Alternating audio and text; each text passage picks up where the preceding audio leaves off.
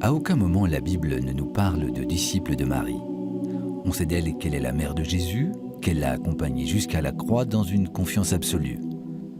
Elle est avec les disciples au moment de la Pentecôte, mais peu de détails ne nous sont donnés sur ceux qui l'entouraient, dans sa vie quotidienne et dans sa vie de foi. Marie est très présente dans les évangiles, signe que son influence est grande. Au cours des noces de Cana, alors que la fête risquait d'être ratée à cause du manque de vin, Marie s'en mêle et demande à son fils de pourvoir au manque de boisson. Marie, dans son rôle de mère, se tourne vers son fils et l'interpelle. « Ils n'ont pas de vin », lui dit-elle. Elle sait qu'elle a de l'influence sur son fils. C'est elle qui l'a élevé, qui l'a fait grandir. Elle le connaît bien, mais elle a toujours à apprendre quelque chose de ce qu'il est vraiment. Les disciples de Jésus sont là et sont témoins de ce qui se passe. Ce n'est pas Marie qui va décider de la suite des événements, mais elle fait confiance à son fils et son fils en retour est sensible aux supplications de sa mère. C'est pourquoi Marie dit aux servants « Tout ce qu'il vous dira, faites-le ». Dans ce passage de la Bible, Marie est représentée comme une mère aimante et confiante, influente aussi. Elle nous recommande, nous aussi, de faire la volonté de Jésus.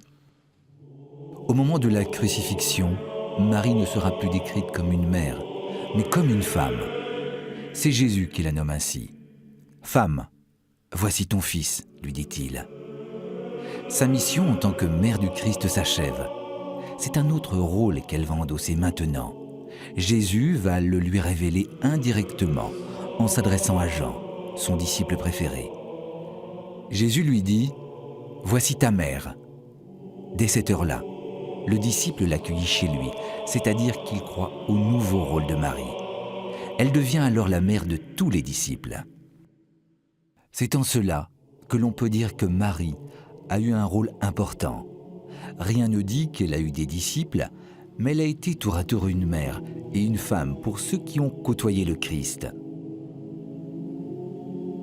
Depuis le temps de l'Évangile jusqu'à aujourd'hui, les dévotions mariales sont nombreuses. De nombreux saints avaient une piété particulière pour la Vierge, comme saint Louis-Marie Grignon de Montfort ou sainte Thérèse de Lisieux. On parle de Marie comme de notre mère à tous, notre maman du ciel. C'est ainsi qu'on la décrit à nos enfants. Elle est celle par qui l'on passe pour intercéder auprès de Dieu. Elle est celle vers qui l'on se tourne plus naturellement, car elle est proche de nous. Elle incarne toutes les qualités d'une mère et nous montre le chemin qui mène au ciel.